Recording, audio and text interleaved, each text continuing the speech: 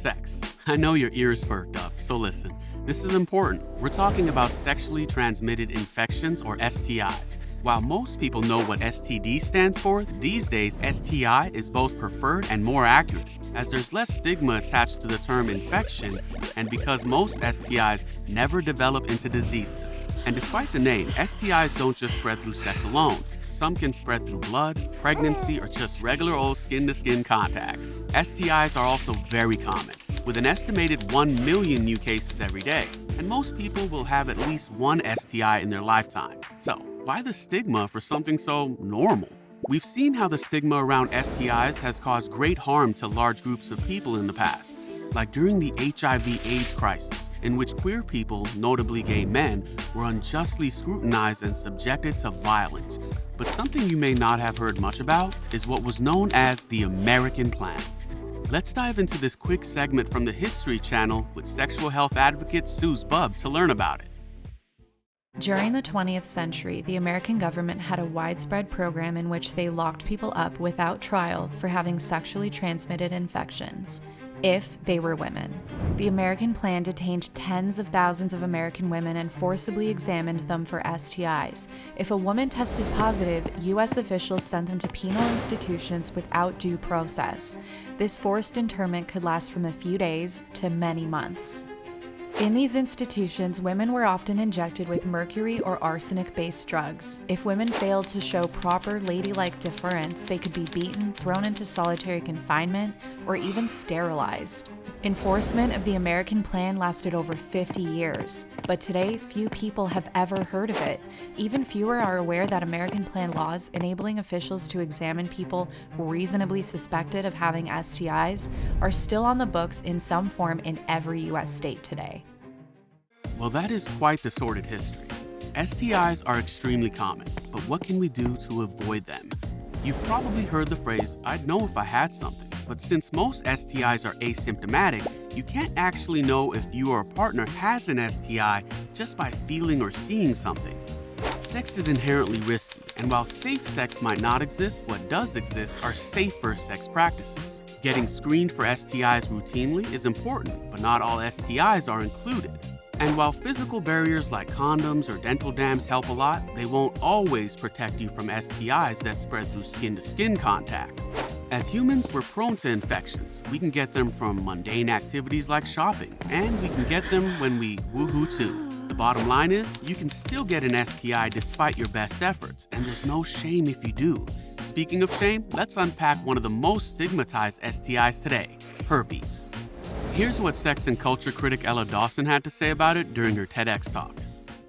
2 in 3 people in the world have herpes simplex virus strain 1. It typically causes cold sores or oral herpes, but it can also cause genital outbreaks, as it does in my case. And many are asymptomatic, but they can still transmit. There's also HSV2, which commonly causes genital outbreaks.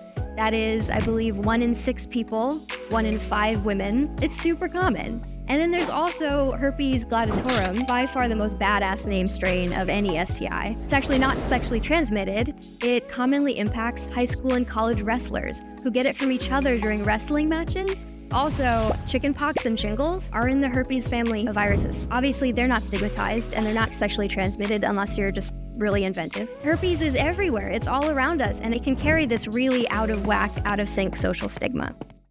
You may have heard that some of the common STIs are on the rise, but their increases are nominal compared to one of the oldest STIs in the game, syphilis. While the CDC noted the highest number of cases in the US in a decade, the UK Health Security Agency reported levels not seen since 1948.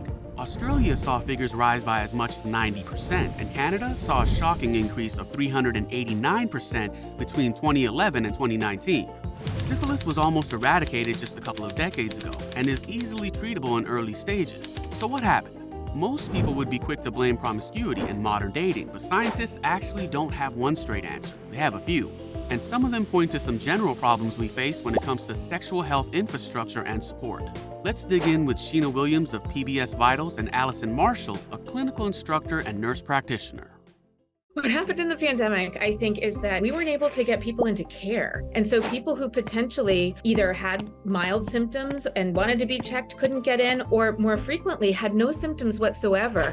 These are the people that we often catch at our well person visits. Now, it's important to say that this is not all about the pandemic. National funding for STI prevention is down more than 40% since 2003. That means fewer clinics, fewer places to test, and look what happened to the rate of syphilis over that same time. That record low that we had in the 2000s was directly related to the amount of federal funding that was spent as a result of the AIDS crisis. A few decades ago, almost 80% of young people were endorsing that they use condoms most of the time, and that number has decreased to 50%. That's a significant decline and speaks to a number of issues, one of which I think that is super important is the state of sex education. Eradicating the stigma surrounding STIs is actually paramount to the treatment and prevention of STIs. That means raising awareness, making space for open, transparent conversations that are free of judgment or shame, and increased funding for sexual health education, preventative treatment, and care. We always have and always will have sex, so we need to accept that infections are par for the course. Instead of abstinence-minded sex education, which fails to address the realities, we need more comprehensive, fact-based education that seeks to inform, not instill fear. The days of showing slideshows of gnarly, extreme cases are over. Let's myth-bust common misconceptions around STIs and talk about how they actually work. There's so much to learn if we just move past the shame. So let's take it back to 1991 when Salt and Pepper said, "Let's talk about sex." Or keep talking about it rather, because silence is still the problem.